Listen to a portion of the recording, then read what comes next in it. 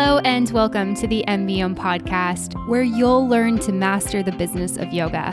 MBOM is a proud part of the Wander Barn Podcast Network, and I'm your host, Amanda Kingsmith.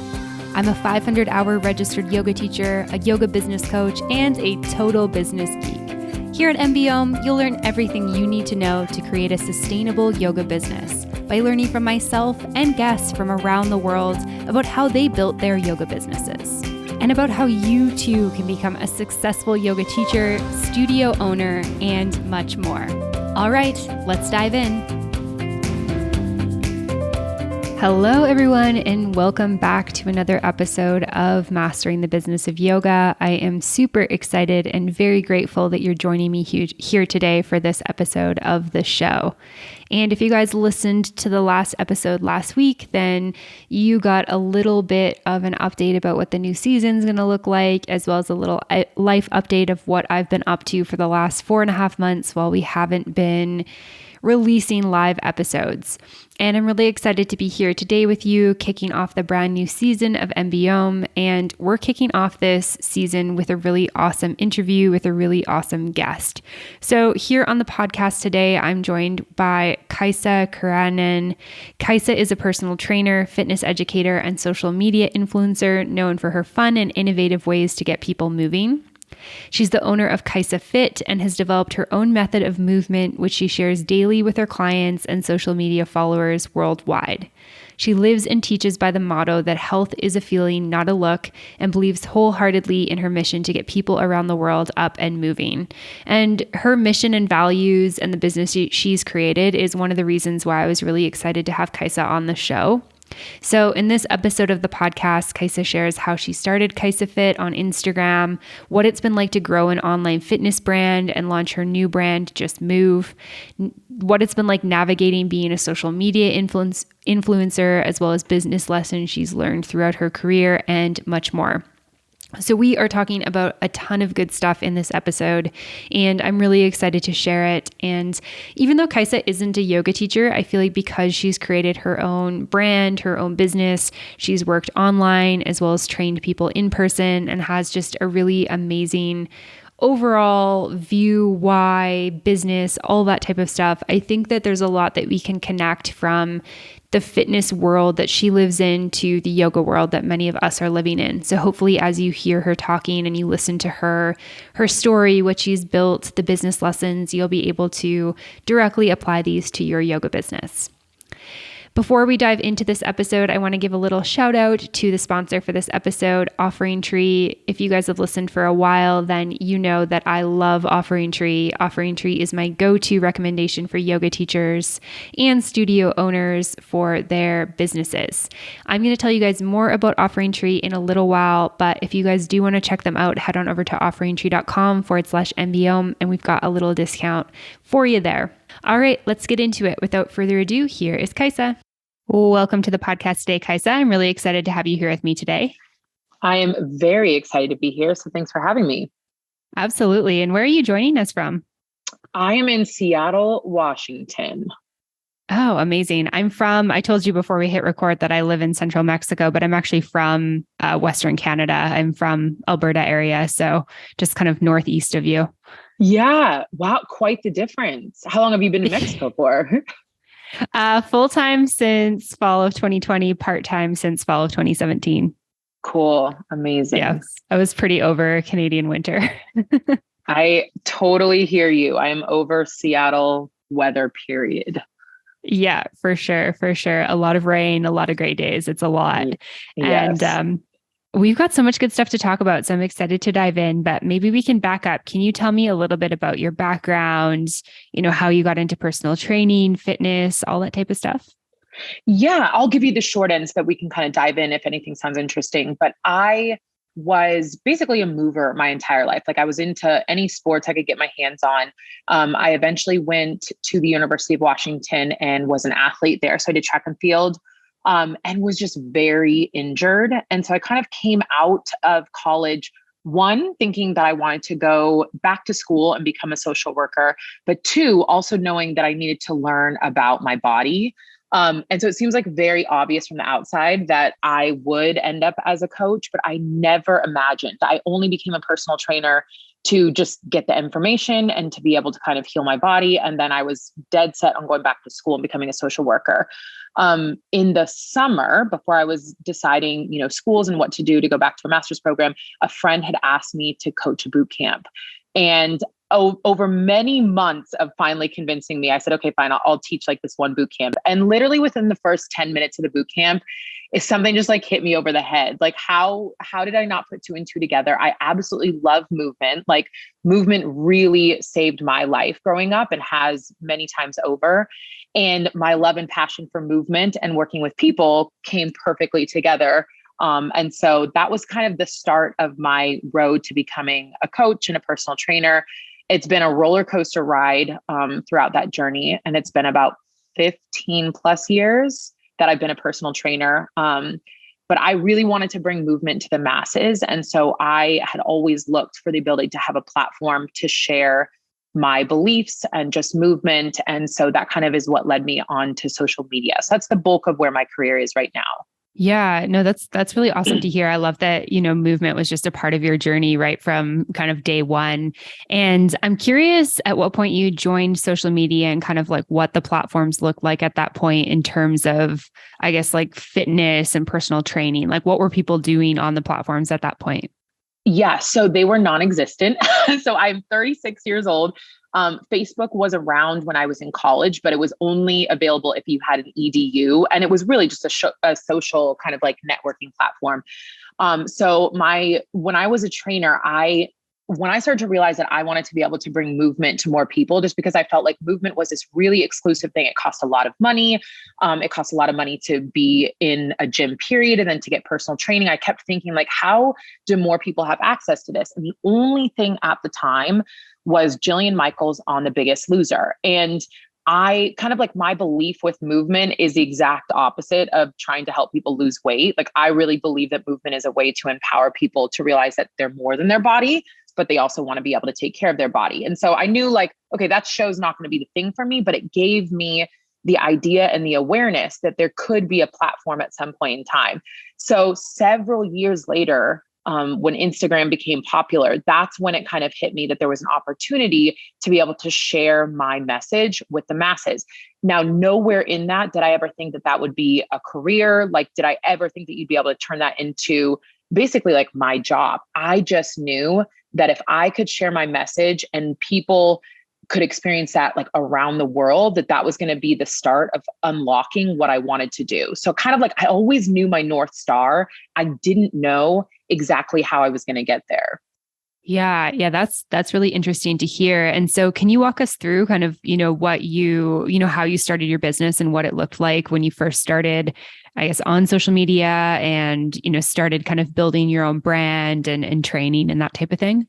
Absolutely. So my career had been in personal training. I'd spent about 5 years. I developed my own kind of like style of personal training because I did small group training.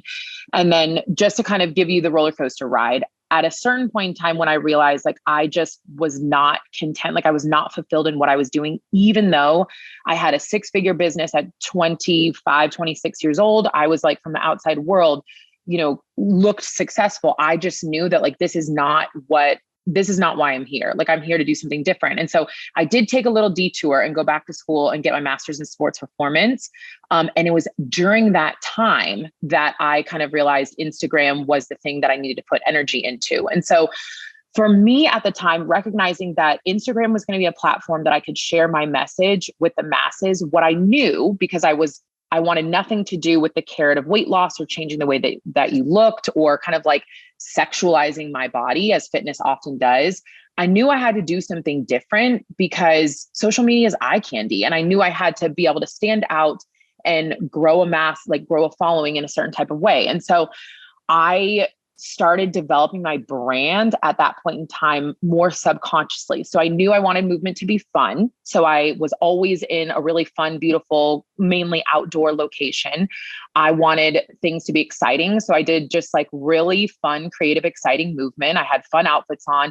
And then I always had a smile because I felt like if I really want to encourage more people to move, then like movement can't be this scary thing. Like it has to feel approachable. It has to feel fun. It has to feel inviting.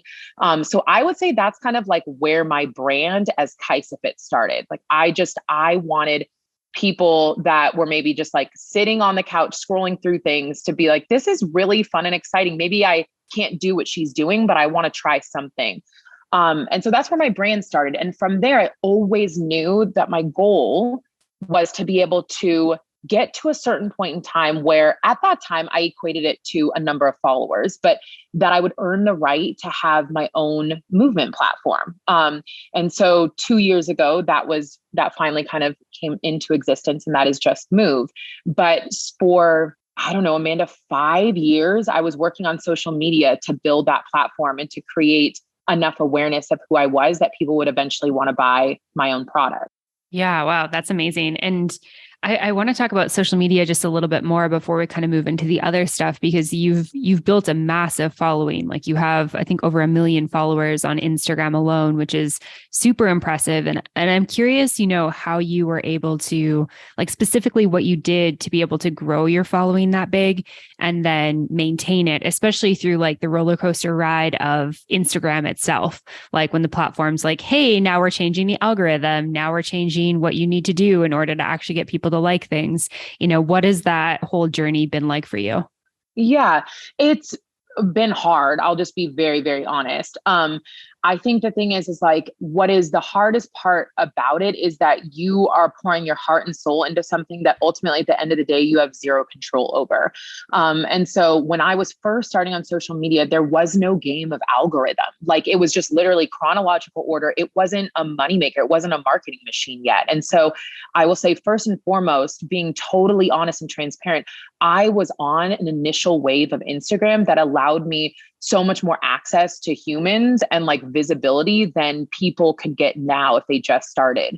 I will also say, and I think for me, like what one of the biggest things that led to my success is that I always knew what I wanted. Like I knew I keep talking about my North Star, but like I knew that I wanted to help people, especially I wanted to help everyone move, but especially people who were not moving, who were not finding themselves in fitness. Like I wanted them to see what I was doing and feel a spark of energy and feel some type of excitement around maybe trying, to put movement into their life. So I always had that in North Star. I didn't have like, oh, I need to like grow my following to 1 million. Oh, I need to make a bunch of money. I just had a message and a purpose that really fueled me. I also think I was pretty clear that I wanted to do something different. Like I didn't want to replicate what I saw other people doing.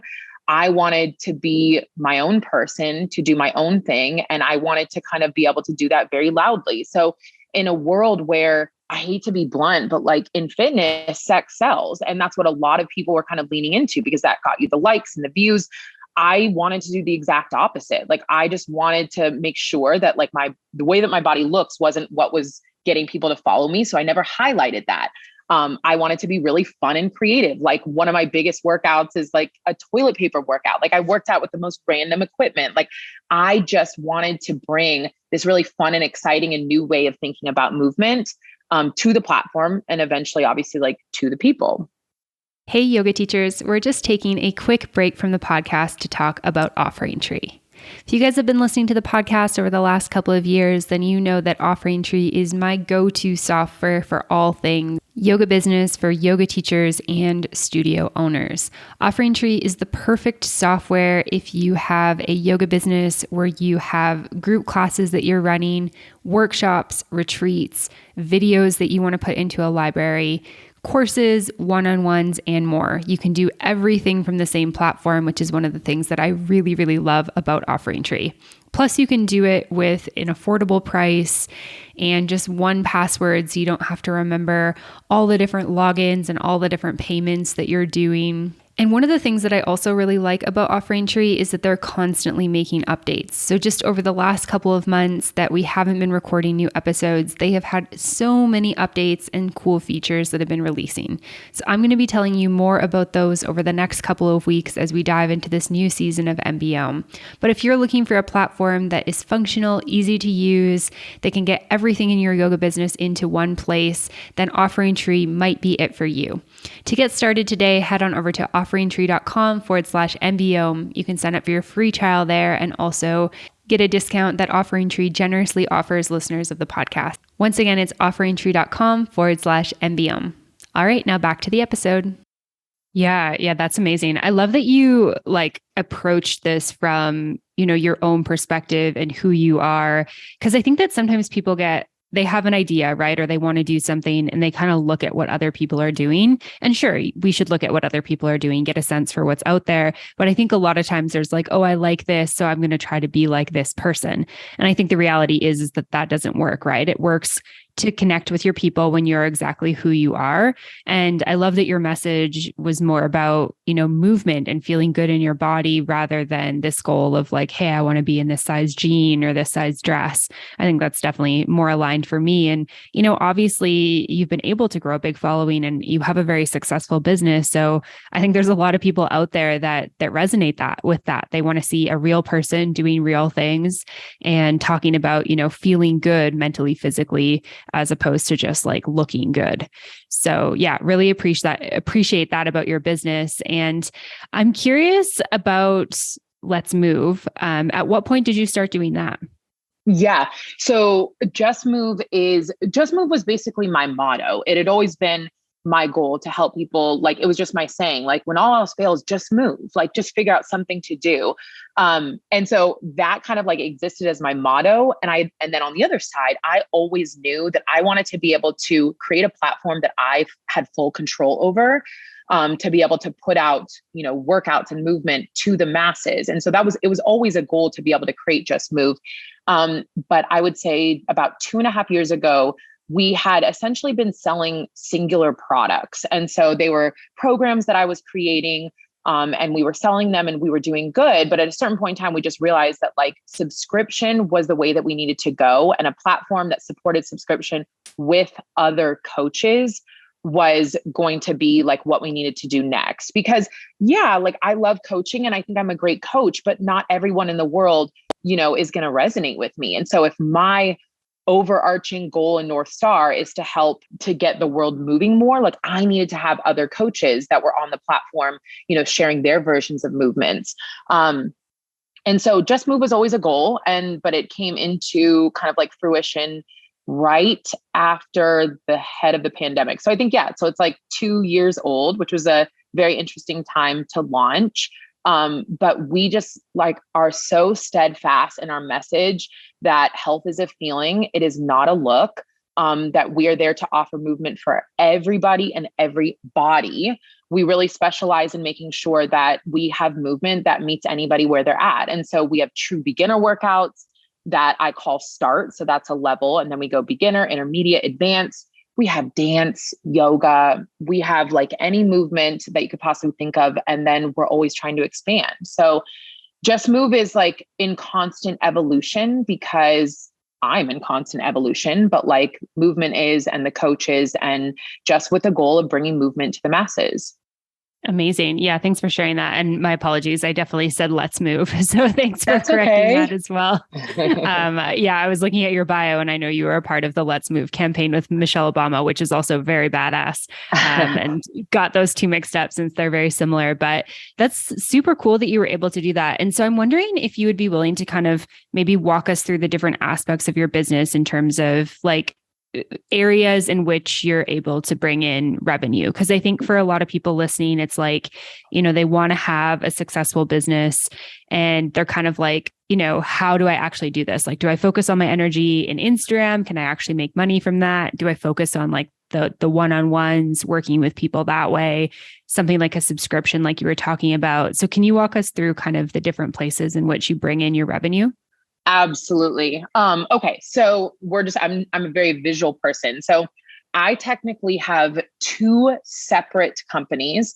On one side is everything that I do on social media, and I solely own that company. And I would say from 2 years into social media, I started getting paid to be able to, post and do ad content.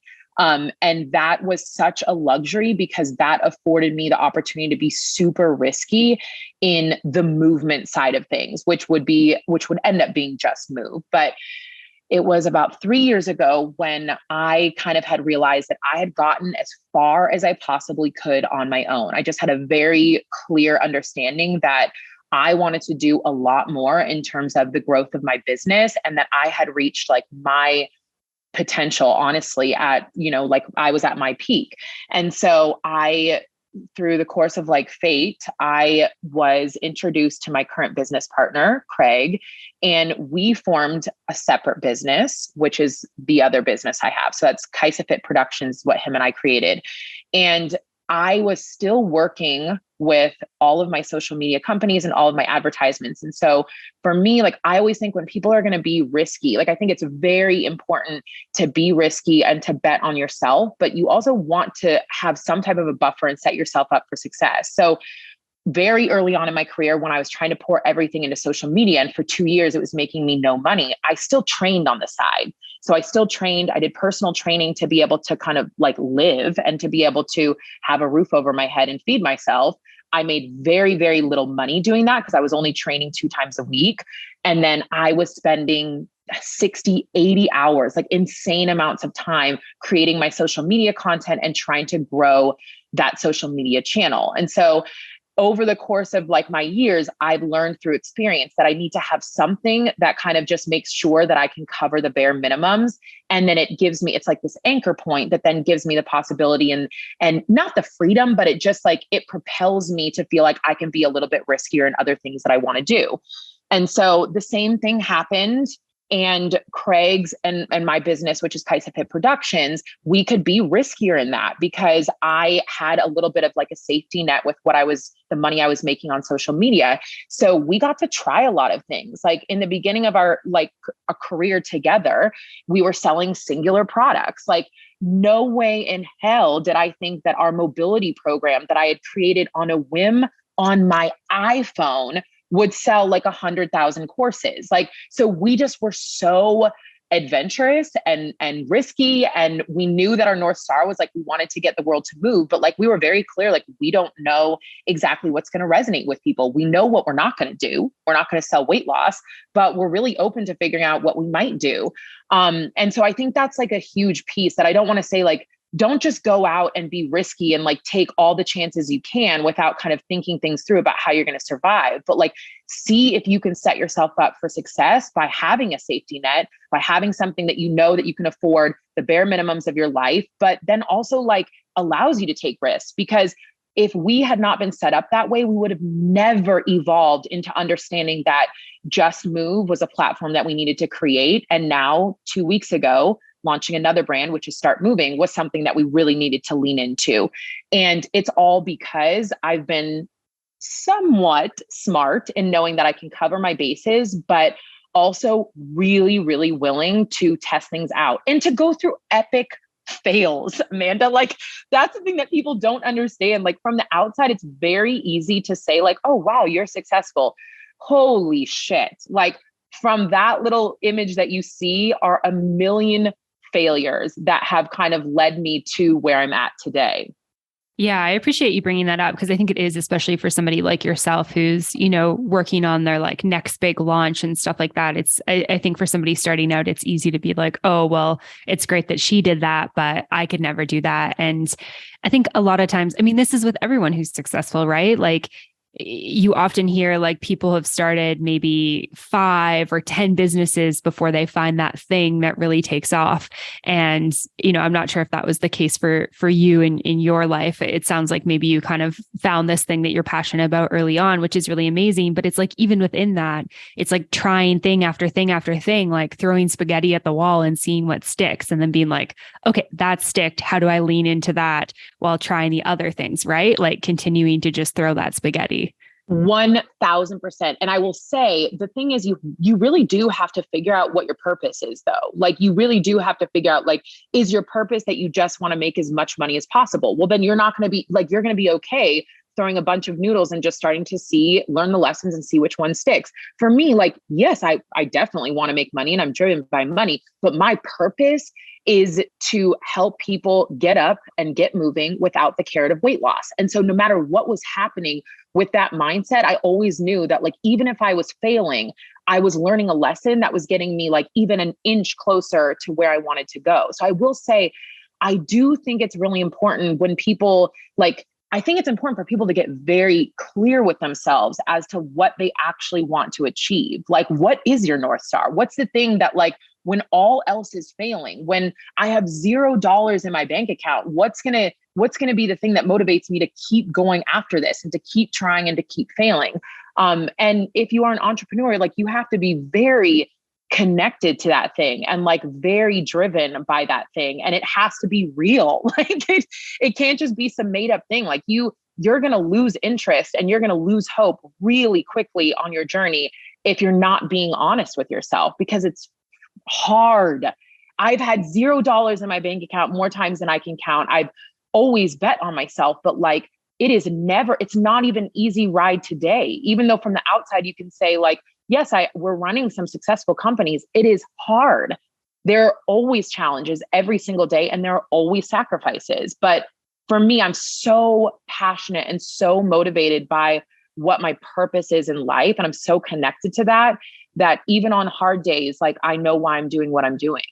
Mm-hmm. Yeah. Thank you for sharing that. And I think it makes me think about how important it is to really be clear on your why. Like, why are you doing what you're doing? And then, like you said, really tuning into that life's purpose. And if you haven't quite found that thing yet, that's okay. But continuing to kind of move towards it as much as you can and really having that thing that you're working towards, the North Star that you said. I think that's really important, especially when we're working in, there's mostly yoga teachers listening to this show. And so working in something that's very heart-centered, working in something that's very, you get into it because you want to help people, not likely not because you want to make millions. And if you can make millions along the way, that's amazing too. But, if your purpose is to serve, to help, then, continuing to be guided by that is really important.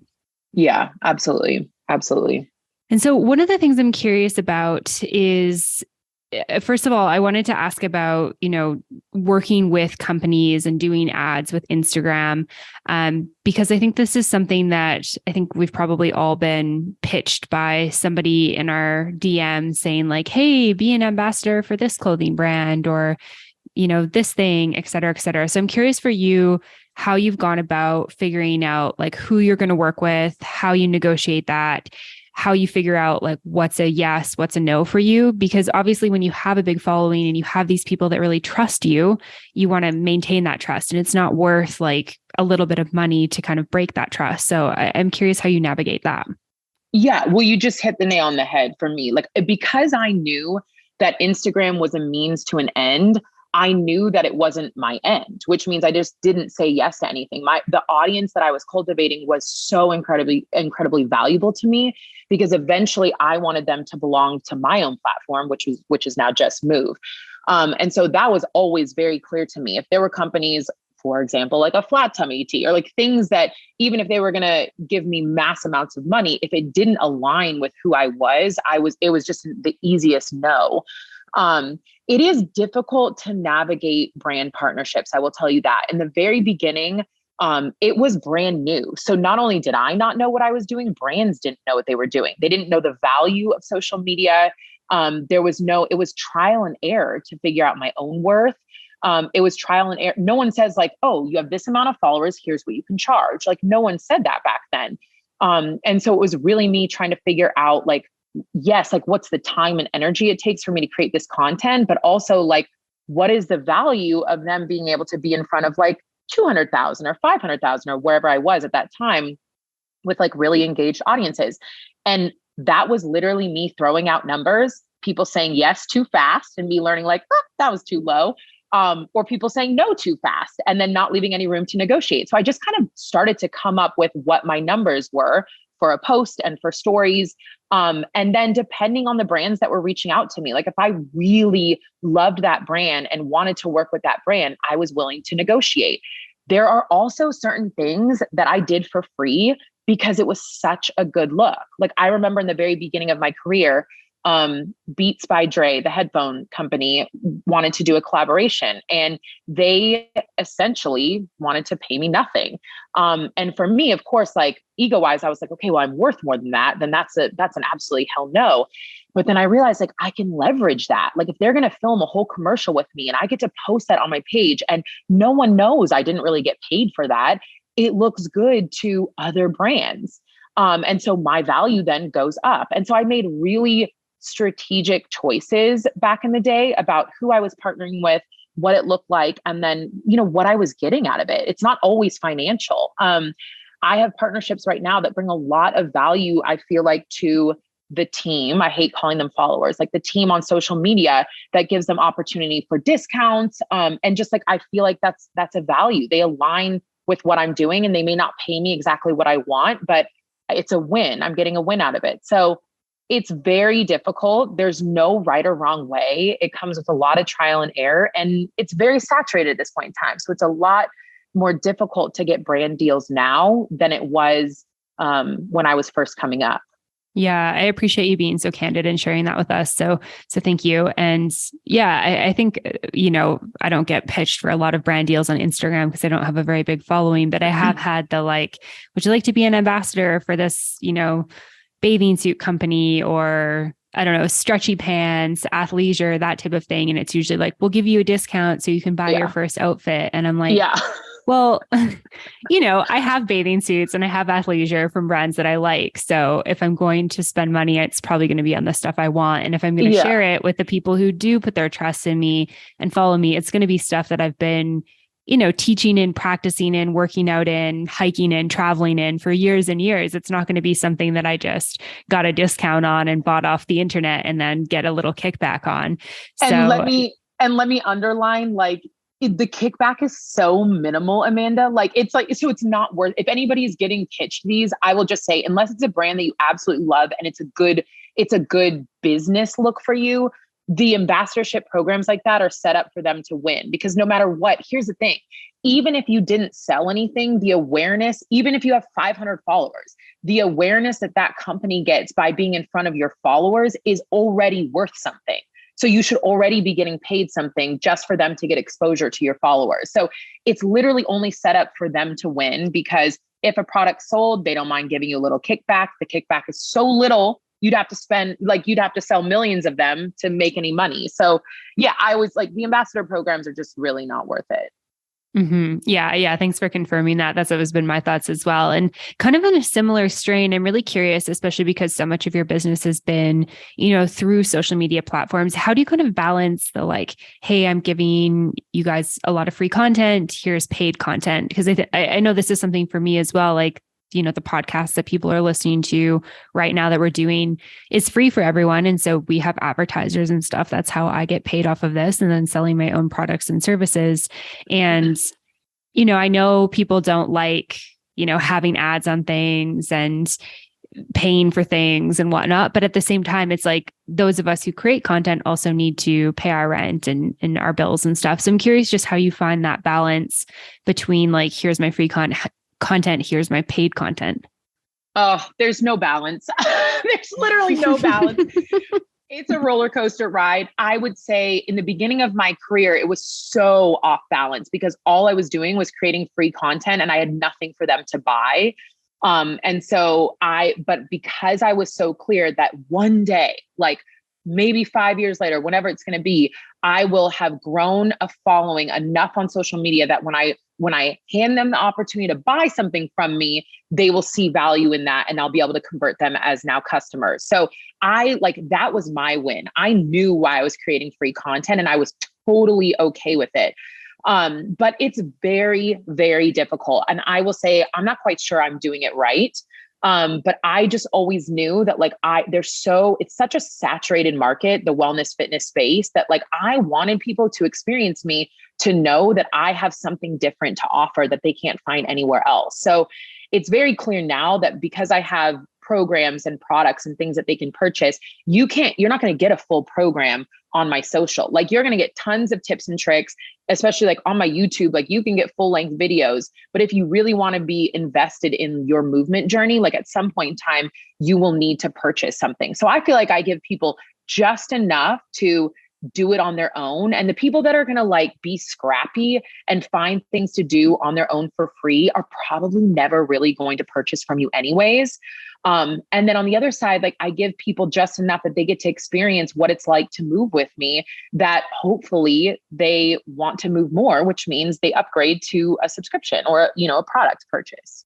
Yeah. Yeah. Thanks for going through that. And again, being candid about that. I definitely appreciate it. And I think it is challenging, right? Because it is like, there are always going to be those people who just want the freebies. So if they don't get enough of it on YouTube, then they'll just go find another person to, practice with on YouTube who's giving them maybe a little bit more, or, do the free trials and then cancel, et cetera, et cetera. And I think it's really easy to get a little bit discouraged by those types of people, like the people who never want to pay a single cent for anything you create. But I try to think about, those people as like, I send them love and graciousness and compassion, all the things, like no hard feelings towards them, but it's not where my focus is going to go, right? It's like the focus is going to go to the people who are wanting more and who really want to make a commitment and who see the perks of an investment, right? And they really see the purchase they're making as that investment. But sometimes it can be hard. So that's why I wanted to chat about that, because we can get caught up in the like, oh, why won't these people buy my program? Why won't they, invest in themselves and invest in me, et cetera, et cetera. Yeah. And honestly, like it's really hard. It's really defeating. But I'm just going to keep talking about myself. Like if my North Star is to get people to move, I can't be so egotistical and say like, I have the answer. So if you're not purchasing this, something must be wrong with you. What I have to say is, why are you not purchasing? Like, is there a different program that you need? Is there a different way to market this to you? Is there a different way to speak to you? Is there a different coach you need? Like, what is it? And so I think a lot of those things are also very motivating to me. Like if a program's not selling, I never even like, okay, for example, like I have a program and I was so excited about this program. I was like, oh my gosh, like it feels so good. Like I love this program. This is going to do great. It did nothing. Like literally nothing. And like, yeah, it's disappointing. And I like wallow in that, like, holy shit, I totally missed the mark. But also it teaches me like, I missed the mark. Like, what can I do better? What can I do different? What do I learn from this? So I think it's really important to remember, like as an entrepreneur, as a leader, as a business owner, like if you are selling products, like you also have to be really willing to know that like you have to evolve and change, and you have to listen to the customers. And like, if you know what you're creating, you might not know how to kind of like get there, and they're going to tell you. So like learn the lessons. Mm-hmm. Yeah. Thank you so much for that. And so I'm curious, do you have a process when you're coming up with a new program that you go through in terms of like kind of vetting and doing some market research to make sure that it's a good fit for your people? Oh, that is a great question. I would say the honest answer right now is we are not that organized. I would love to get to that point, but we have so many things that are happening that it's much more intuitive for me and for us as to like what the team needs next. Like, for example, we're kind of on a roll in Just Move that every month we launch a brand new program or a challenge. And we were on a roll of creating a lot of like intermediate programs and challenges. And it was like, great, but we just knew like we're leaving a beginner crew out. And so intuitively, like we knew that, we understood that. It wasn't really a lot of market research. It was just, we know we haven't done that yet. So that's what December was all about. Like we launched a triple threat challenge. It's 3 coaches, 3 workouts a week, and it's all beginner focused. I'm not saying that's right. So I'm not saying jot down that and remember that. I'm just saying we have so many balls in the air right now that the biggest thing we're trying to do is throw tons of spaghetti at the wall and then learn what sticks and then run towards that. One of the other things that we did over the course of the past year, I'm a huge believer in helping to create like true beginner workouts, and feeling like the fitness industry as a whole really does not do a good job servicing people that are just starting their movement journey. So I put the start level inside of Just Moving. And over the course of, Just Move was like a year old when we started to realize the human that's doing Start Moving deserves to have their own platform. If you think about them going into the gym, like they deserve to walk into a space that they see people like them all over. They don't deserve to walk into a space and be kind of like put in a corner and then see a whole bunch of intermediate advanced people and feel discouraged. And so that led us to knowing like, we've got to create something different, which is eventually now what launched 2 weeks ago, which is our Start Moving app. So we're much more of like a reactionary company right now. always knowing that our North Star is to help to get people up and to get people moving and give them the tools that they need without the carrot of weight loss. Like that is a never changing kind of staple with what we do. But other than that, like we're really malleable in terms of listening to the customers and just taking that feedback in and making adjustments. I love everything that you said. I think that that's really great. And yeah, I also really just feel aligned with like, we all have to start somewhere at some point, and we all start as beginners. And I do feel like often being a beginner at something new, like a new activity or going to the gym, can feel so uncomfortable. And I think as, yoga teachers, personal trainers, fitness educators, whatever we identify as, it's like we've already gone through that beginner phase, right? Like we're comfortable going into a gym or going into a training facility or going into a yoga studio. And it's easy to forget that not everyone feels that comfort level, or somebody spends a really long time, working themselves up to get there. Like they buy a new outfit, they go and they get new running shoes, they get there, and then they're like, I have no idea what to do. And it can be so intimidating. I've definitely felt this, especially with like the weightlifting sector of the gym. Like I was the girl for like years and years that only used the cardio machines and then the mats, because like all the weightlifting stuff was so intimidating to me. And there'd always be like, big bulky dudes who were like jacked and, lifting super heavy. And I was like, well, I don't want to walk over there and like have no idea what I'm doing, hurt myself, maybe look like an idiot. And, it took a beginner CrossFit class before I got comfortable with doing that type of stuff. So I think that that's so important, regardless of like where you work within the fitness space. Yeah. And just to be like clear, that is the majority of people in movement. Like it is wild that we in the fitness kind of like industry just assume that everyone's comfortable in the gym. I would say like 5% of people are comfortable in the gym. Like I was just having a conversation with my brother who is an avid athlete, but like he did not want to go to the gym because he wasn't feeling comfortable, didn't know what to do. And like, that's why he loves our at-home programs. And so I think like that's normal. Like it's normal to walk into a space and feel like, especially a gym, I'm intimidated. I don't know what to do here. Also, not to mention like, so you're tense, you're like anxious, it's like, and then you're trying to like work out in that, like when your body's like in that state, like it's just not good. Like, I mean, I love the gym and that's a very fun place for me to go. But I think the majority of people, that's not what they enjoy. And it's not also where they want to start their movement journey. Yeah, definitely. And so with all of your programs, are people able to start without like the equipment and stuff at a gym? They can start right at home? Oh, absolutely. Every single one of our programs on Just Move does not take a gym. And so my whole goal was like, how do I bring performance, really high quality programs and workouts to people's homes, and that it's all at home programs. We do have some programs with equipment, like we have dumbbells and like certain other more minimal at home equipment in some programs, but we have tons of workouts with zero equipment needed. So people can just basically get started in the comfort of their home.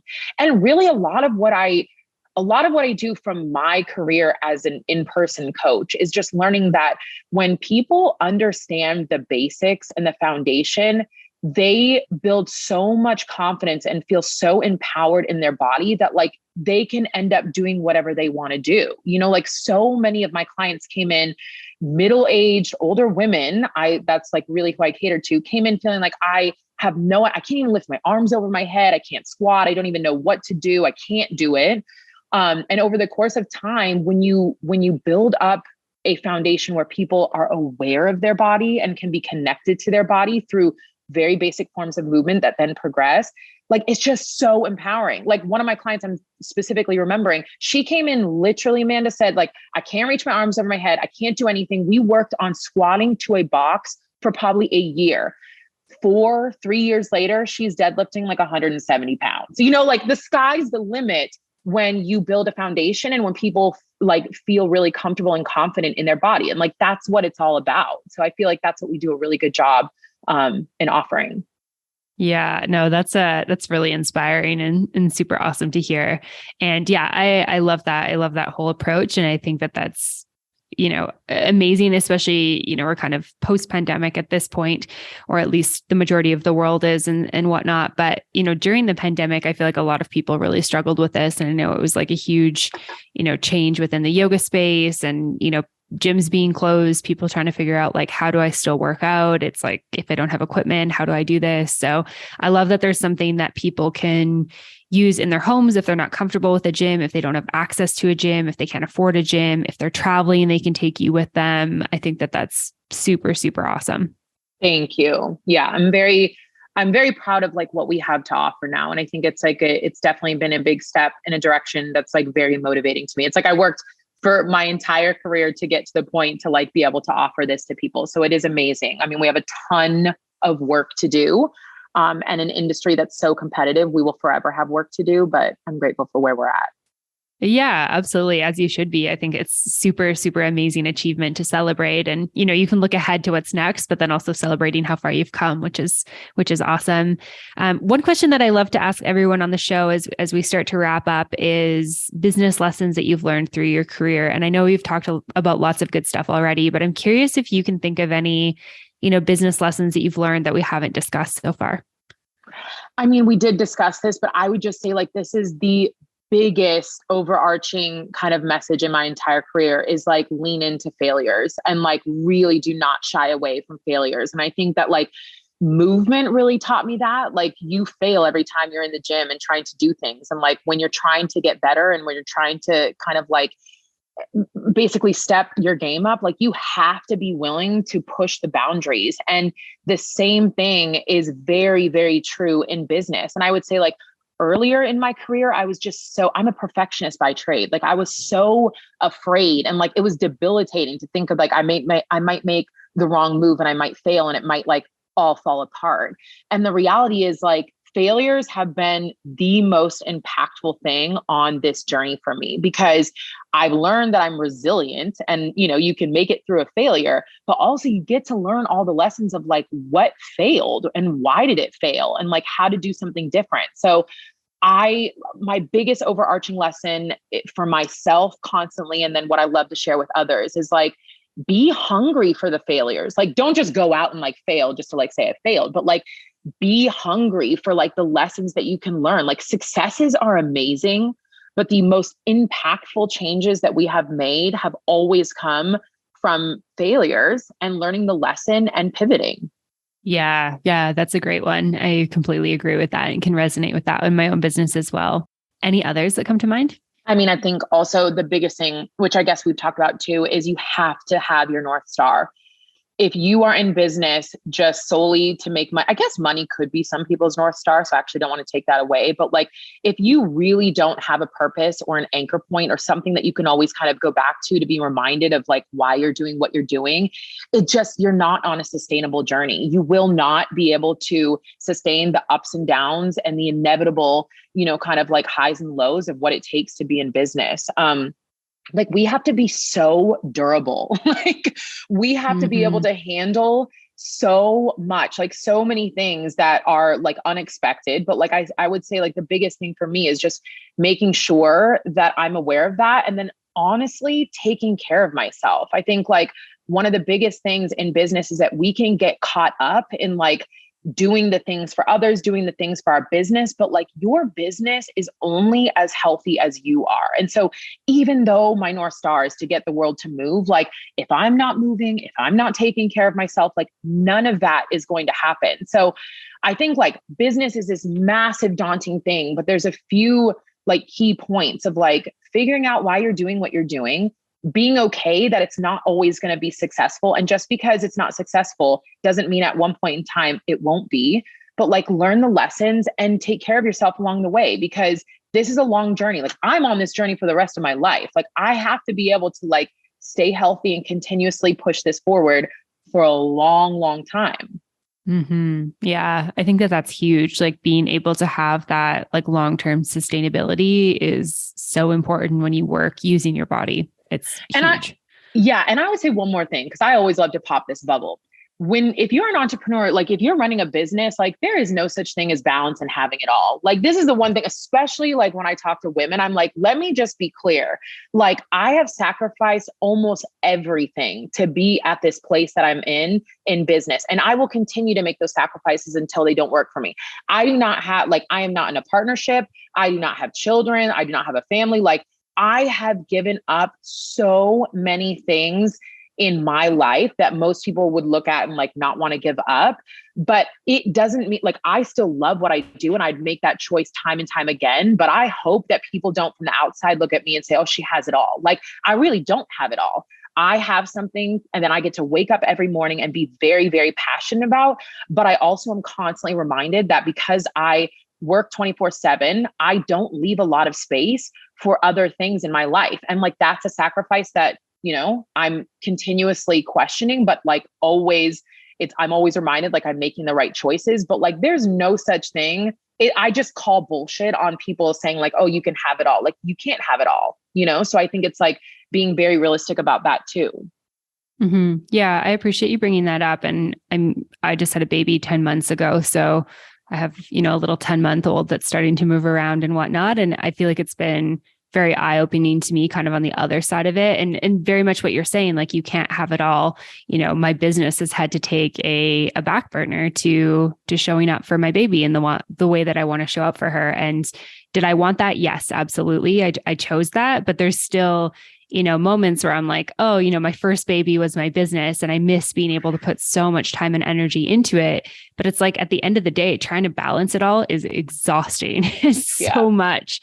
So yeah, I can definitely, on the side of being somebody who has a kid, I can definitely, vouch for that it's like something has to be pushed to the back burner, and it's really up to us what we choose, right? Like there's no right, there's no wrong. How you choose to live your life and how I choose to live my life are, both perfectly okay. And we just do our best with like putting the time and energy into whatever is most important to us in the current chapter. And I think that there's shifts too, right? Like I've gone through chapters where work was like number one. And, now I'm going through a chapter right now where baby's number one, work's number two.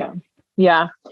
I mean, I like couldn't agree with that more. And I think that's also why it brings it back to like, you got to stay healthy and you got to stay connected to yourself. Cause like one of the most beautiful things about movement is like, it really connects me to my body and to like who I am. So like, I have a very good relationship with myself to understand, like, is this really still serving me? Like, am I making the wrong choice? Is this the right thing? And I get to remind myself every check-in of like, I am making sacrifices that I'm very aware of. And I don't love them every single day, but like I am so in the right place and I am so making the right choice. Yeah, I love that. And I think we do have to do those check-ins, right? Like check in and be really honest with yourself. Like, how does it feel? Do you want something different? And if you want something different, then maybe it's time to pivot. If it feels good, then you're aligned with what your purpose is. And I think it's really beautiful that you're in a phase where you're in that alignment, head down, doing the work, sharing this stuff with the world. It's really amazing. Thank you. I really appreciate that. Thank you. Yeah, of course. And this has been really awesome. I'm curious if you can share with people where they can go to find you, where they can go to, purchase Just Move, all the good stuff. Yeah. So you can find me on social media, mainly Instagram at KaisaFit. Also, like if you have any questions about anything, I am always in my DMs. So DM, hit me up. And then if you are curious about my platform, you can go to justmove.com. And if you have any questions about that, again, you can just DM me and ask me. And if you are somebody that is a true beginner, like if you are either you've never moved before, or someone that is a true beginner and possibly dealing with pain, then the platform for you is actually my brand new platform, Start Moving. So you can go to startmoving.com or you can actually download Start Moving in the App Store. Amazing. And then you have a podcast as well, don't you? I do. The Kaisa Show. Amazing. So we'll put a link for that as well.